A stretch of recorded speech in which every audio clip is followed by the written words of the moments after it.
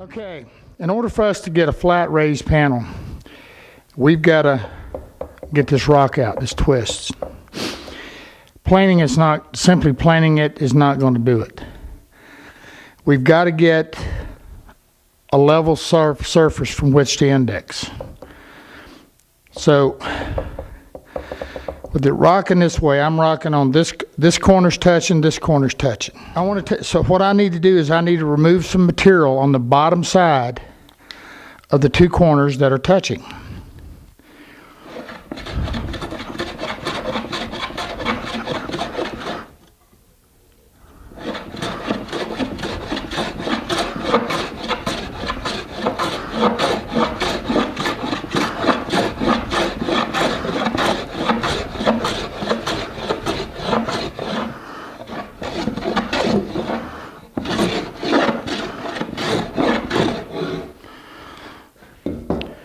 One of those big long planes is pretty nice for, but you can also use a block plane.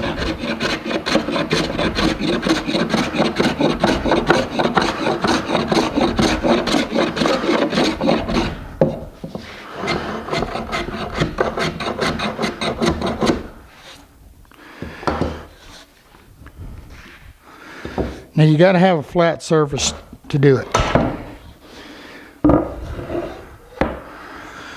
Now this bench is pretty flat. If you don't have one, top of your table saw works pretty nice.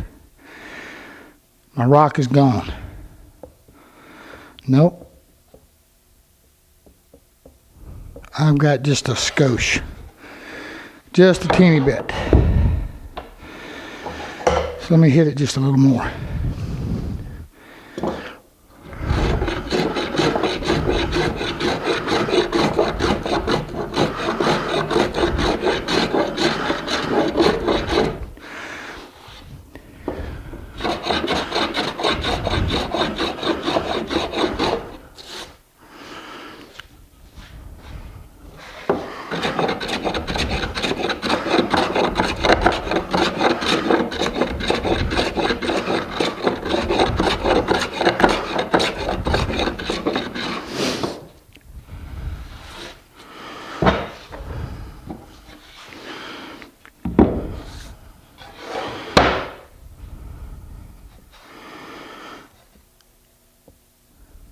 Just a little bit. Feels like it's right in this corner.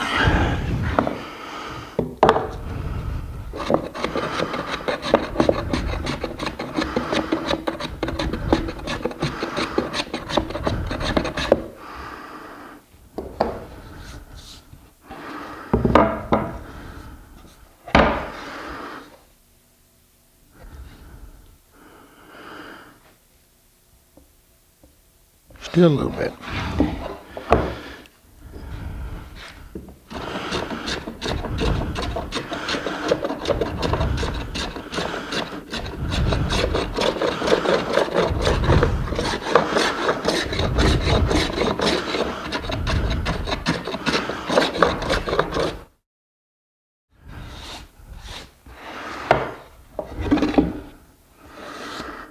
Now, one of the reasons I'm only having to take it off on these corners is because I got a cup. A little bit of a cup. See it right here? It's about a 1/16. So the only thing really touching right now is the corners. All right, I've got a flat side now. It's not rocking. So this means when it goes through, I'm going to put it through, and then I'm going to take this surface off. That should mirror image the other side. I'm going to take light passes on this tiger maple. I want to come down to 3/4 of an inch. Now, let me tell you how I arrive at that. I took a piece of my material and going to the bottom of the mortise, going to this bottom edge right here, and measuring from there to the top of the face, in this case is 5/8. Then I want about 1/8 of an inch proud of my door. Talked about that earlier. So I need 3/4 of an inch. That's where I'm going for.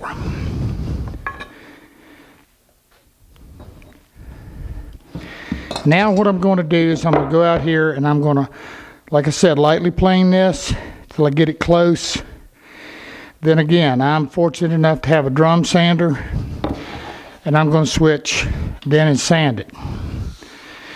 But as soon as I make my first pass on that sander, on that planer, I'm going to go to a flat surface and I'm going to double check it. Make sure I've got it. Don't just jump on there and slam into it. Because if you got something ain't doing just right, you need to know about it.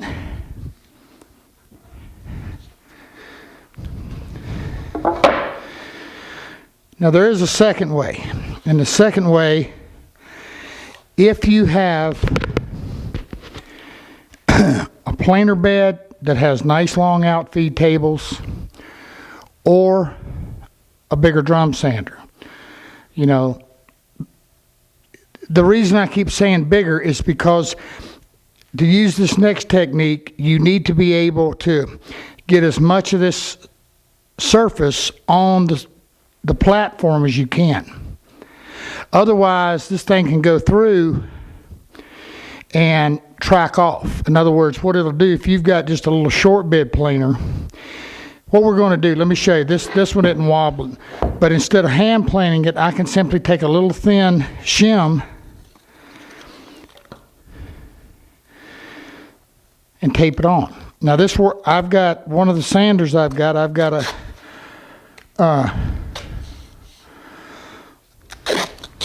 what is it, 2244? And it's got the in-feed and out-feed table on it. And so that gives me enough length. Now I'm longer here than what I need to be, and I'm doing that for that chatoyance thing, so I can kind of pick everything out. And remember when we started this and we looked at all the chatoyance in the corner cabinet, one of the things we talked about is very rarely, but sometimes, you can book match it. Not all the time, as you saw here. I'm really hoping I'm going to get a book match out of this. I may not, but I'm hoping I can. It would sure be pretty. Okay, what's going to happen now is I'm going to go back and I'm going to process these, and we're going to come back and check that chatoyance. But again, make sure you have a level point to start from. And we do. So I'm going to mark this as this side I want to take off first. And again, check it again. When you land on 3/4, you want to be straight and you want to be flat. Okay, be back in a minute. Okay, Houston, we have a problem. I've run into this problem enough times. What my issue is my rail is 13 3/8. That's the inside. That's how wide it is inside the door. I want the raised panels to be about 13 1/4. And the reason for that is that's an 1/8 inch narrower than what the inside is, and that's for expansion and contraction. However, my panels, by the time I got them cleaned up and I went very easy, straight lining, are at 12 15/16. Now, I could probably have enough that I could just get it inside the sides of the doors. But the other thing that's going to do is the flat part that goes into the mortise is going to protrude out further on the side than it is on the top. And I really don't want that. So my simple solution is, since I can't stretch them, is to simply add a little piece. And that's exactly what I'm going to do.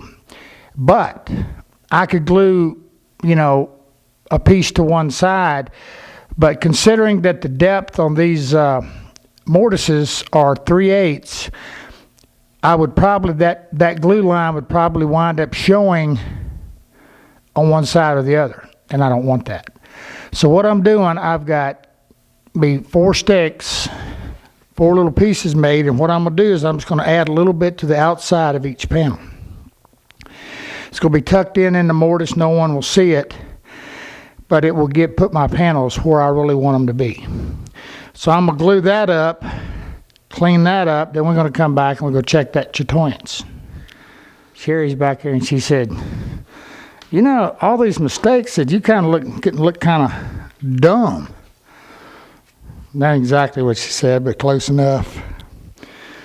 And I said, well, you know, you have that from time to time. I said,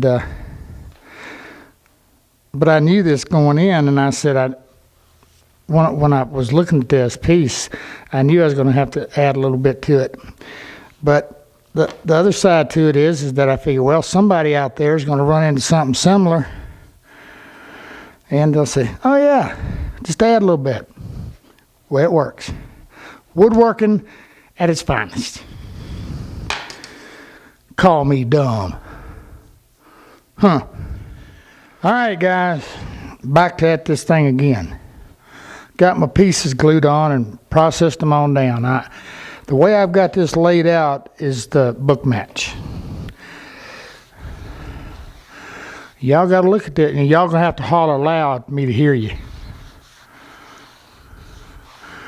I think we're going to have to get some more dye. This looks like it's been watered down a little bit.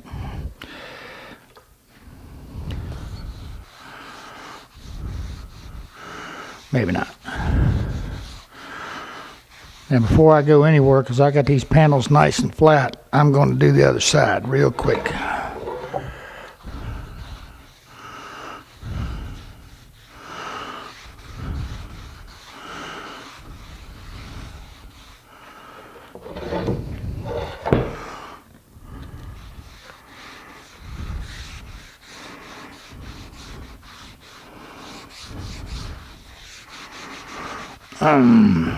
Okay, y'all ready?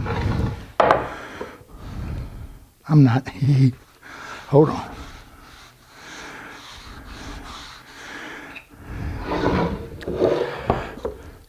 Now, like I said, sometimes you can get by with this. Sometimes you can't.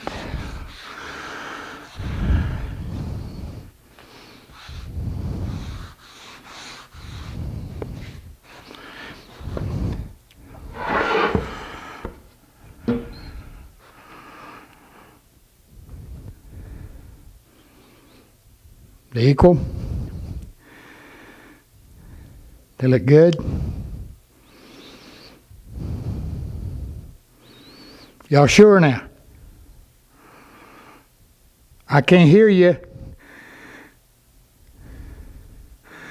All right, I'm going to set these things up over here at this corner cabinet and take another look.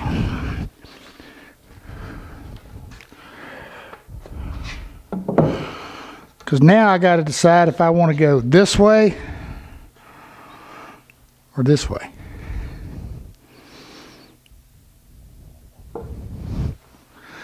Y'all ain't saying nothing. I'll tell y'all something.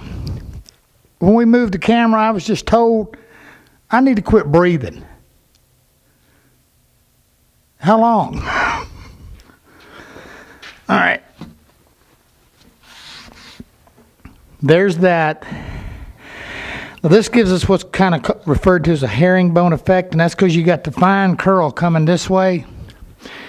But I think the way I like it is like this, not beat on the floor, but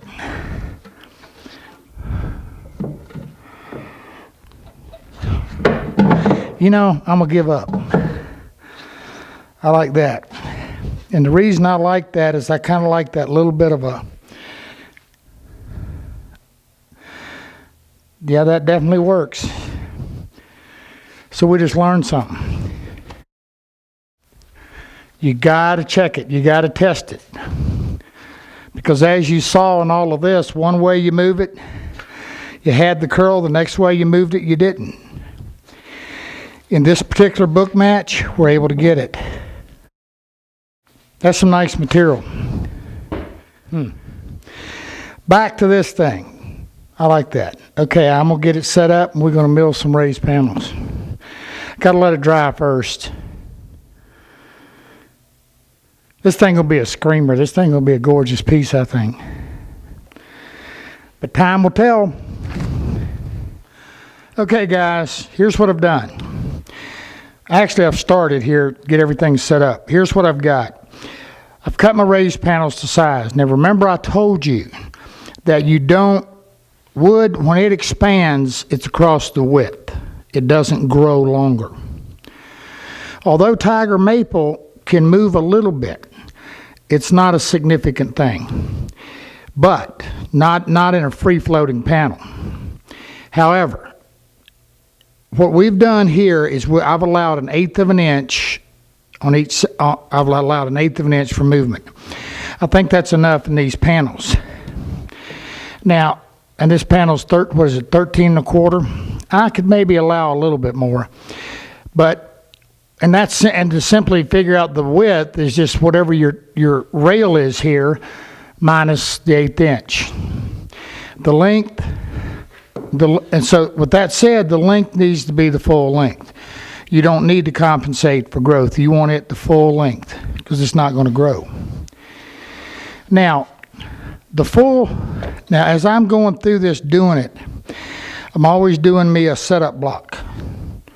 I'm doing another little scrap. It's the same thickness, so that what I can do is as I get close, I can double check my fit going into my door. Now the bit we're using is a 3-wing cutter.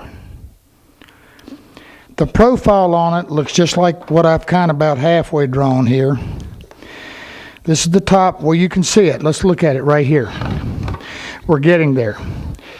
You've got a little shoulder on it, then it comes down on a straight angle and then comes across straight. That's the straight part on the bottom is what fits in the slot. And this, of course, is our elevated portion. Some you can get them in all kind of different shapes. Some, they're wavy and whatever. But again, ours is just just a traditional. This would be the bottom. This is our little flat spot, which is right here, straight up on an angle. Then it elevates up to the top of the panel. That's it. That's the one we're using. But again, just like those rail and style cutters, you can get them in every kind of shape and description you can think of. So that's kind of a suit your own pleasure or whatever you have. All right, I'm going to keep running here, and we're going to show you that. Now again, as you approach getting close to where it's going to fit in your panel, take it easy. Now I'm going to mention this again. I get a lot of guys tell me that they've got a lot of panels to do, and my goodness, we got to use, that's going to take me 2 or 3 passes a panel. It better be taking you more than that if you're using a router. Because if you're trying to do a raised panel, a 3/4 inch raised panel in 2 or 3 passes, you're just hogging a router more than what it'll take. And this is a 3 horsepower right here. It's a 3 horsepower Porter cable. If you're going to try to do raised panels that aggressively, you definitely need to look at a shaper. You need something besides a router. It's just more than it can take, both the cutter and the motor. So I'm gonna keep running.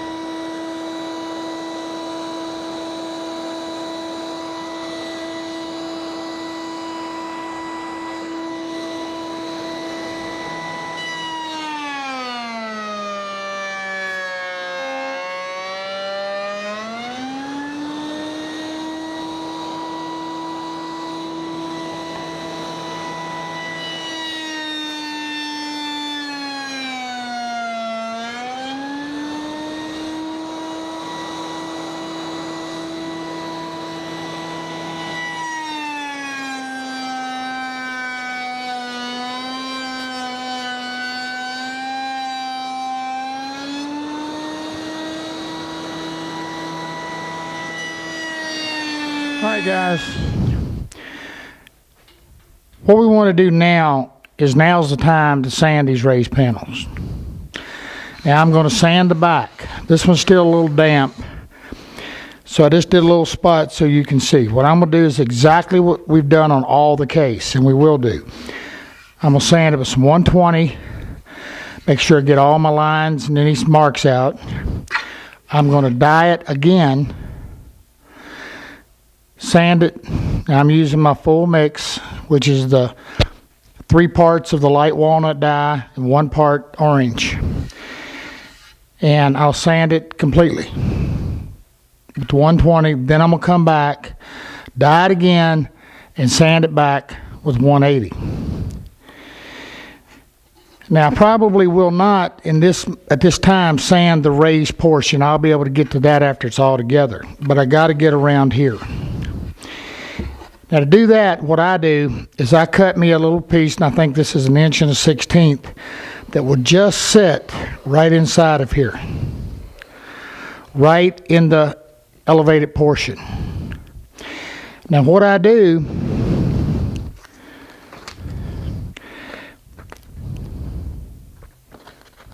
this is a piece of 180 I'm putting on here. So I put it on. Then I take a sharp knife and I trim it to the block.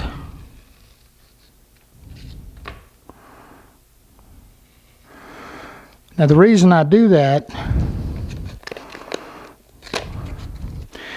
is because I don't want the edges of the sandpaper digging into this or the bottom. I want to be able to sand just that elevation. Then I can take the same block, I can hit right here, then I can hit in here along this edge a little bit. If you will look very carefully, you're going to notice you're not seeing a lot of figure right here in the top in the end grain, but you are seeing more in the sides. The reason for it is this end grain is just sucking up the dye. So here's what we do. Once we've sanded all of this to 180, then I'm going to come back with a piece of 320 and I'm going to sand this end grain right here. After I've done that, I'm going to come back with a piece of 600 and sand this end grain again. That helps to seal it up to keep it from sucking up the dye so much. That's imperative that you do that. If it's too much, if it's sucking too much on you, and you can take that test block that you ran, so if you got a little extra, that's a good thing. If it's, do the same thing, if it's sucking up too much dye on you, then put about a 1 pound cut of shellac. Now typically what I like to use is the Zinsser Seal Coat. It's a 2 pound cut. So just take it and take 1 part of the shellac, 1 part denatured alcohol. That gives you a 1 pound cut. After you've sanded it, just on this end grain, wipe a coat on it. If you get too much seal, come back with your 320 and lightly sand it a little bit, hit it with the dye again. Okay, now we'll be dyeing all of this one more time. When it comes to the edges inside of here, okay, what I like to do is I'll go ahead and dye the top of all of this. The only thing I don't like to do is get dye right in where I'm going to be gluing. I try to avoid that when I can, where I can. Now in the case of the upper doors, they're a little different because we don't have the raised panel. So we're going to be, and if you look, everything is dry, everything is clear now, except for the flat panel, the flat part. So when we sand that, we'll have completely white, pretty close to completely white doors. So when we dye it, that's all going to be dyed at the same time. Not the case with the raised panel. Okay, but I will tell you this much. Just going ahead and gluing it up like we have it now, where this is left raw, doesn't hurt a thing. Now, when I glue up a panel, here's what I do. In the very center, of my rails. Up in the center, I put a little dab of glue. And I center my panel to it.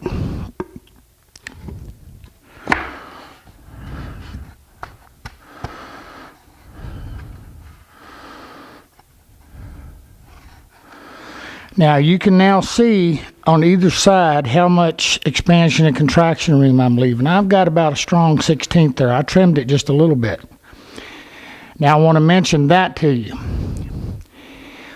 Going ahead, and if you have the width, go ahead and cut your panels to the full width and length. But in the length, leave them a 1/16 long.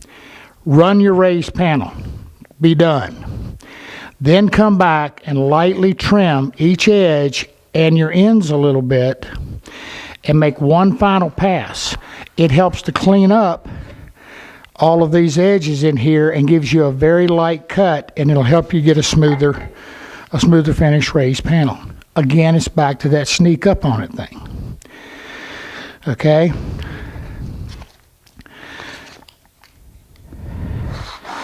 Now, the reason we're going to put that glue, I'm thinking to myself, the reason we're going to put that glue in here, and we're just putting a little bit in the center, I forgot to say that, is because that's going to keep our panel from moving around. We're not going to glue a bunch, we're going to glue right in the middle of it, about 1 inch, right here, tucked up inside. Because then what that does, the expansion and contraction, this expands this way. Don't have panels rattling around. Yeah, I know all about the space balls and all that stuff. That's not what we use in period furniture, in nice furniture. And I don't want them things are about 1/4 of an inch. I don't want my raised panels that sloppy. Now, it's going to be a pretty piece. I'm delighted. I'm trying to think. Okay, the other thing we're going to do before we glue it, all right, is we're done sanding, got all that done. I'm going to dye this whole edge. Okay, again, not worrying about the raised portion, and I'm completely dye the back. Basically, it's dyed, ready for finish. The last thing I do, listen to what I'm telling you, except for the center where I'm going to glue. You can take a little bit of shellac and wipe this raised panel, wipe this end grain edge. If you don't have any shellac, don't worry about it. Take you some glue and wipe it on that edge. Let it dry. What does that do? The majority of movement, or let me rephrase that, the majority of moisture goes into and out of wood through the end grain. That's why when you buy boards in the rough cut, you're gonna see little checks and cracks in the ends of them. That's because they dry out the most. Seasonal checks. It's just the way it is. It doesn't mean the wood's bad. It's just the way it dries. So sealing this end grain before you put it in there is a really good idea, because it really minimizes the amount your panels can move. Now these panels need to dry a little more, but I got news for you. I'm not going to let these panels dry sitting out in the open. I'm going to go ahead and get them in the frames. I'm going to set them back in the case, lock them, and use the wedges, and I'm going to put these things, lock them in. Why? Well, I'm using a water-based dye, and I've got a fairly wide panel here. And you also notice that cathedral grain in the middle we talked about. Well, what that cathedral grain can do, it's going to cause it to cup a little bit, and I don't want that. I just don't. So by locking this in place, locking it in the case, this panel's not going to move. I can actually see these wide panels actually trying to cup just a little bit while we're doing it. Now that brings up a point. You notice, I've told you many times, I never go to my final dimension until I'm absolutely ready, last minute. So what we did here was we ran them down to our thickness, had to glue our little edge on, which we did. As soon as it was dry enough, we went back, cleaned that up, made the raised panel, and now we got it in a frame. If you're going to leave your raised panels or the blanks that you've made them out of set around for any time at all, put them in a plastic bag, wrap them up really tight, okay? Otherwise, you might lose some panels because they can cup and go crazy on you. And it's a whole lot of putting this panel in this frame, holding it straight and holding it flat is not an issue. The wood will stay right there. Leaving it out just to go wherever, it can move. There's a whole lot to be said for acclimation and allowing your wood time to adjust to its environment. It's like we talked about leaving those top doors and everything glued up for a couple days. That's a good thing. Then everything settles in, seats in, is comfortable where it's at, so we're far less likely to get movement. Raised panels.